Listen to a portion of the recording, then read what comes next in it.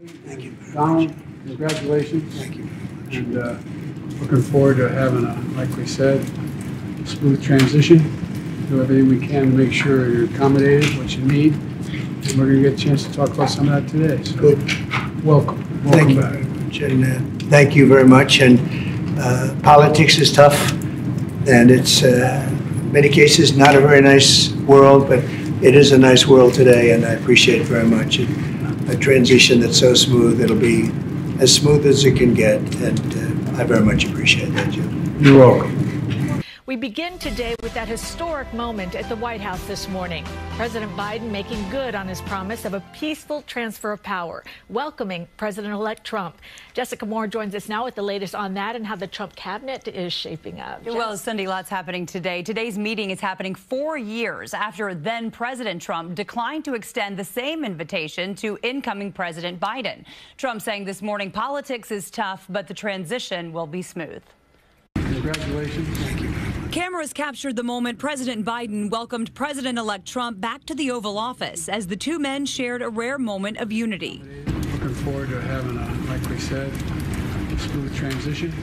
Do everything we can to make sure you're accommodated, what you need. And we're going to get a chance to talk about some of that today. So Good. welcome. Thank you Back. very much. And thank you very much. And politics is tough, and it's in many cases not a very nice world, but it is a nice world today, and I appreciate it very much. Following a disappointing loss for the Democratic Party, President Biden has been intentional in his efforts to endorse the sanctity of the election and acknowledge Trump's victory, capped off by keeping the time-honored tradition of hosting the president-elect in the Oval Office. Earlier this morning, Trump met with House Republicans ahead of a Senate vote to replace Majority Leader Mitch McConnell. I just want to thank everybody. You've been incredible. We worked with a lot of you to get you in, and you helped me, and you helped me too. Trump continues to fill positions for his incoming administration, announcing Mike Huckabee as U.S. ambassador to Israel and Fox News anchor and Army veteran Pete Hegseth as Secretary of Defense. Pete Hegseth obviously has a decorated military career.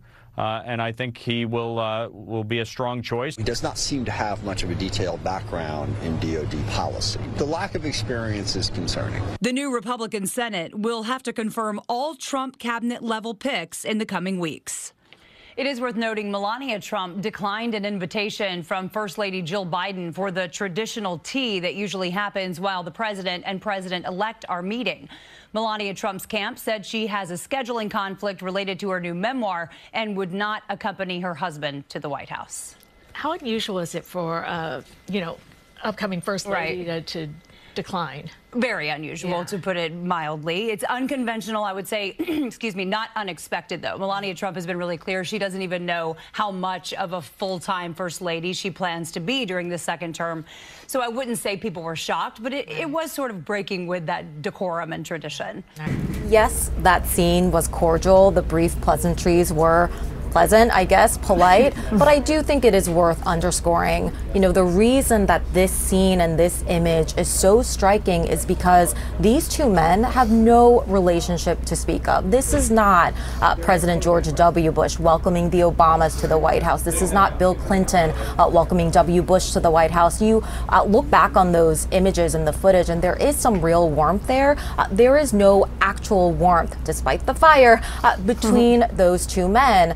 We've talked about the many ways in which President Trump has talked in denigrating ways about President Biden. Biden, too, throughout the course of this campaign, referring to this person as a fascist, as a total threat to the country.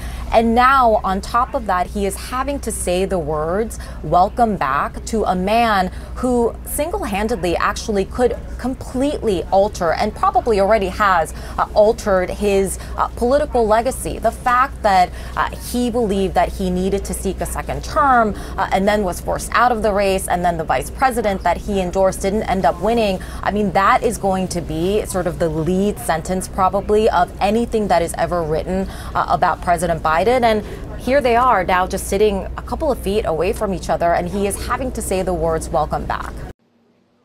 President-elect Donald Trump visited the White House today for the first time since leaving office. During a sit-down with President Joe Biden, Biden emphasized that there will be a smooth transition of power. Meetings like this between the president and the president-elect are a long-time tradition, one that Trump skipped in 2020 when Biden won. President Joe Biden and President-elect Donald Trump meeting in the Oval Office Wednesday. Looking forward to having like we said, a smooth transition. It's their first sit-down since Trump secured a second term. Politics is tough, and it's, in many cases, not a very nice world, but it is a nice world today, and I appreciate it very much. A transition that's so smooth, it'll be as smooth as it can get. It's a tradition for the outgoing president to host the incoming commander-in-chief after the election. But Trump did not host Biden in 2020, as he fought the election results based on falsehoods about voter fraud. He also chose to skip Biden's inauguration. Following a disappointing loss for the Democratic Party, Biden has been intentional in his efforts to endorse the sanctity of the election and acknowledge Trump's victory. Campaigns are contests of competing visions. The country chooses one or the other. We accept the choice the country made. This meeting comes as Biden works to secure his legacy and Trump prepares to take office, tapping loyalists for key positions that offer a glimpse into how certain policies may be implemented. According to people familiar with Trump's plans, South Dakota Governor Kristi Noem will be asked to lead the Department of Homeland Security, and sources say Florida Senator Marco Rubio is his top choice for Secretary of State. Melania Trump was also invited to visit the White House today, but did not attend. According to a White House official, First Lady Jill Biden gave a handwritten letter to the president-elect for the incoming First Lady, in which she expressed her congratulations and her team's readiness to help with the transition. Reporting at the White House, I'm Julia Benbrook.